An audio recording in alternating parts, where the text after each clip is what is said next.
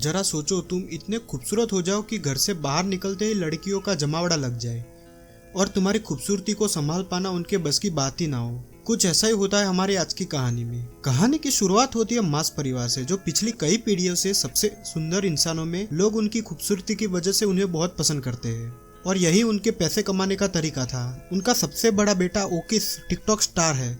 उसके दिलकश चेहरे की वजह से उसके करोड़ों फॉलोअर्स हैं। इसके अलावा वो आम लड़कों की लड़कियां सेटिंग करवाने में मदद भी करता है। उसका बाप पार्कर भी अपने समय में हद से ज्यादा खूबसूरत था। आए दिन कई लड़कियों का दिल तोड़ता था। उसने 1200 से ज्यादा लड़कियों को डेट किया था और आखिरकार उसे अपने बच्चों की माँ मिल ही गई। उसकी माँ काफी खूबसूरत थी, लेकिन थोड़ा आदमियों की तरह। अबे इसकी तो मूछें भी है। उनका छोटा बेटा कुलिन घर में सबसे ज्यादा सुंदर है। पूरे परिवार को अपनी खूबसूरती पर नाज था, लेकिन कुलिन चाहता था कि वह एक आम जिंदगी गुजारे। वो अक्सर सोचता था कि अगर वो थोड़ा कम सुंदर होता तो हर बार घर से बाहर निकलने पर उसके पीछे लड़कियों की भीड़ ना पड़ती। उसके सुंदर चेहरे की एक झलक देखते ही लड़कियां पागल सी हो जाती है। किसी की नाक से खून आता है तो कोई अपने बाल नोचकर इधर उधर कूदने लग जाती है। नतीजा ये हुआ कि कुलिन ने आज तक किसी लड़की से बात ही नहीं की। वो ज्यादा बाहर नहीं जाता था और अब तक घर से ही पढ़ाई कर रहा था। कुलिन के पास अपनी मछली के अलावा बात करने के लिए कोई नहीं था।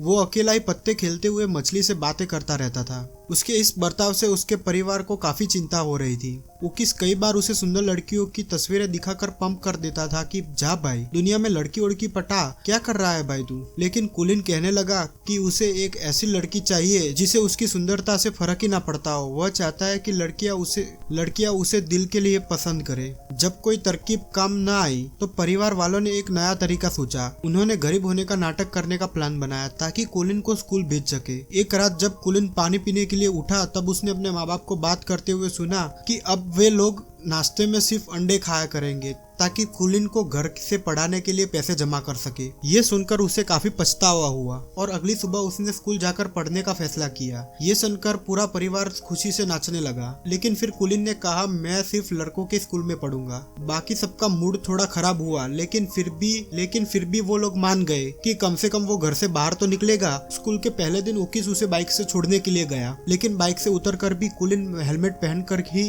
स्कूल चला गया। उसने पूरे दिन हेलमेट पहनने की सोची ताकि किसी का ध्यान उसकी खूबसूरती पर ना जाए, लेकिन हुआ एकदम उल्टा, क्योंकि हेलमेट की वजह से सारे बच्चे उसे ही देखने लगे। उसे परेशान करने सीडी नाम का एक लड़का और उसके चेले आ गए। जब टीचर आई तो उसने कुलिन को हेलमेट उतारने के लिए कहा। ना चाहते हुए भी कुलिन को अपना हेलमेट उतारना पड़ा और सबने उसका दिलकश चेहरा देख लिया। इसके बाद तो टीचर सीधा हॉस्पिटल में पहुंच गई, क्योंकि कुलिन को देखते ही उसकी सांसें थम गई थी। कुलिन सीधा घर की ओर भागा, लेकिन बदमाश लड़कों ने उसे रास्ते में ही पकड़ लिया। उसे स्टोर रूम में लाकर वो लोग हीरो की तरह अपनी पहचान बताने लगे।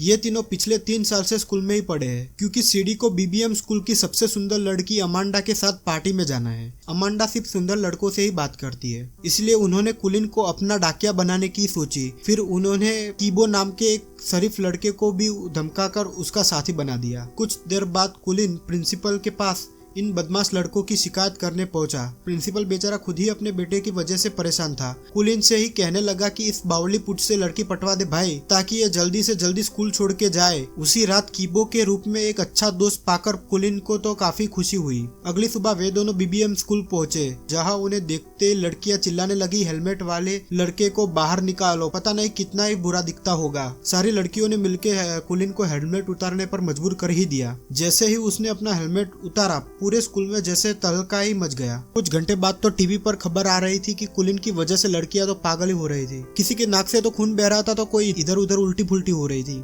स्कूल की सबसे खूबसूरत लड़की अमांडा को भी न्यूज देखते ही कुलिन से प्यार हो गया। उसने ठान लिया कि वो कुलिन को अपना बनाकर ही रहेगी। अब खबर चारों ओर फैल गई थी। हजारों की तादाद में लड़कियां कुलिन के घर के बाहर इकट्ठा हो गई। उसके परिवार वालों ने घर में एंट्री के लिए टिकट बेचकर पैसा कमाना शुरू कर दिया। जब कुलिन ने छुपकर ये सब देखा तो उसे समझ आया कि उसके परिवार ने उसका इस्तेमाल किया है। जब उन्होंने उसे कॉल करके घर पर वापस बुलाया तो कुलिन ने लौटने से साफ इनकार कर दिया। और तो और इतनी सारी लड़कियों की वजह से अपनी मछली को बुरी हालत में देखकर उसका दिल टूट गया। वो एक बिल्डिंग की छत पर उसे ढूंढ रही लड़कियों से छुपता फिर रहा था। अचानक एक लड़की ने पीछे से आकर कहा, छलांग मारने का तो प्लान नहीं है ना तुम्हारा। कुलिन हैरान होकर उसे देखने लगा, क्योंकि वो पहली लड़की थी जो उसे देखकर बेहोश नहीं हुई। उसे देखकर कुलीन की दिल की धड़कन बढ़ने लगी और वो कुछ बोल नहीं पाया। उसके बाद वो लड़की भी कुछ नहीं बोली और वहाँ से चली गई। कुछ देर बाद कुलीन कीबो के घर रात गुजारने के लिए पहुंचा। कीबो की दादी ने भी उसका काफी ख्याल रखा। वो जब कीबो के कमरे में पहुंचा तो काफी रेयर कार्ड देख के काफी खुश हुआ, क्योंकि उसे भी ऐसे कार्ड कलेक्ट करने का शौक था। अगले दिन दोनों छत वाली लड़की को ढूंढने के लिए बीबीएम स्कूल आ गए। वहाँ पर उनकी मुलाकात अमांडा से हो गई, जिसे उन्होंने सिटी का खत दे दिया। अमांडा कुलीन की खूबसूरती से फर्क ना पड़ने का नाटक करने लगी, लेकिन जैसे ही वो गया अमांडा की नाक से भी खून आने लगा। कुलीन सीढ़ियों पर था तभी उसे वो छत वाली लड़की दिखाई दी, लेकिन अपने आसपास लड़कियों की झुंड की वजह से वो उससे बात नहीं कर पाया। अगले कुछ दिनों तक कुलीन और कीबो एक साथ रहे और उनमें गहरी दोस्ती हो गई। अगले दिन कीबो कुलीन को फुटबॉल मैच देखने के लिए साथ ले गया। वहाँ पर कुलीन की नजर अचानक से वही छत वाली लड़की पर आ गई। कुलीन तो बस उसे देखता ही रह गया। तभी कीबो ने आकर उन्हें मिलवाया और कहा कि उसका नाम मेरे है। तब जाकर कुलीन को पता चला कि कीबो भी इसी लड़की को पसंद करता है। मेरे और कीबो काफी अच्छे दोस्त थे।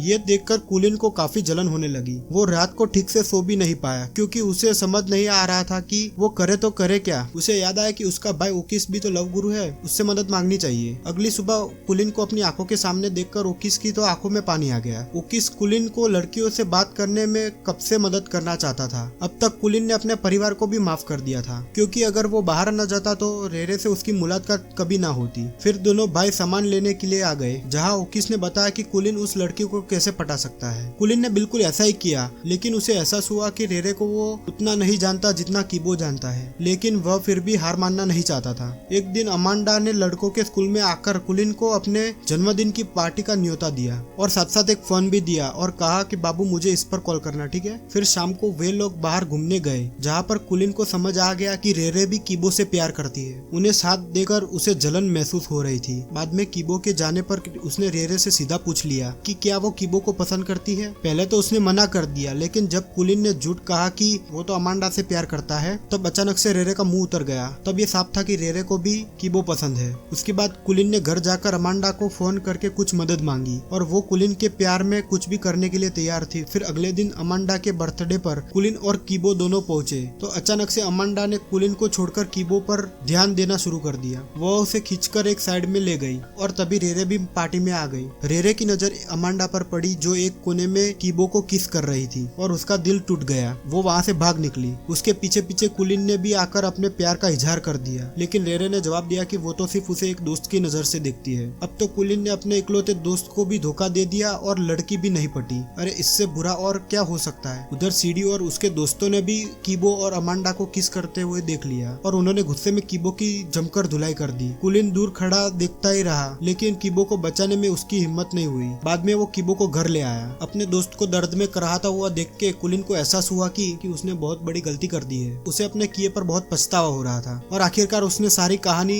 कीबो को बता ही दी। इस धोखे से कीबो हैरान रह गया। वो कहने लगा कि अगर उसे पता होता कि कुलीन भी उसी लड़की को पसंद करता है तो वो खुद पीछे हट जाता, लेकिन कुलीन के दिए हुए धोखे के बाद वो उसका दोस्त बनकर नहीं रह सकता। फिर कुलीन अपने घर चला गया। उसने किसी से बात नहीं की और खुद को कमरे में बंद कर लिया। उसे अपने दोस्त की बहुत याद आती थी। घर पर उसकी माँ ने उसे उसकी मछली दी जो एकदम सही सलामत थी। अपनी माँ की बातें सुनकर उसे एहसास हुआ कि लोग उससे कितना प्यार करते हैं। अब उसने फैसला किया कि वो कीबो को जरूर मना लेगा। अगली सुबह उसने जाकर रेरे को सब कुछ बता दिया। इसके बाद उसने कीबो के पास जाकर उससे माफी मांगने की कोशिश की। पहले तो कीबो नखरे दिखाता रहा, लेकिन बातों बातों में कीबो ने कुलीन से बुलवा ही लिया कि वह रेरे को कितना पसंद करता है। बाद में पता चला कि रेरे तो फोन पर सब कुछ सुन रही थी। आखिरकार उन दोनों के बीच की गलतफहमियां दूर हो गई। उस दिन के बाद सब डांस पार्टी में गए। कीबो की पार्टनर रेरे थी और कुलीन की डांस पार्टनर अमांडा थी। आखिरकार कुलीन और अमांडा को डांस के किंग और क्वीन का खिताब मिल ही गया। एक और सारी लड़कियां स्टेज की तरफ देखकर पागल हुई जा रही थी। वहीं उसे एक लड़की की आवाज आई कि ये इतना भी अच्छा नहीं दिखता। ये सुनते ही कुलीन का दिल एक बार जोरों से धड़कने लगा और उसकी नजरें उस लड़की को ढूंढने लगी। तो अगर एक दिन के लिए तुम इतने खूबसूरत हो जाओ तो तुम क्या करोगे? कमेंट्स में जरूर बताना।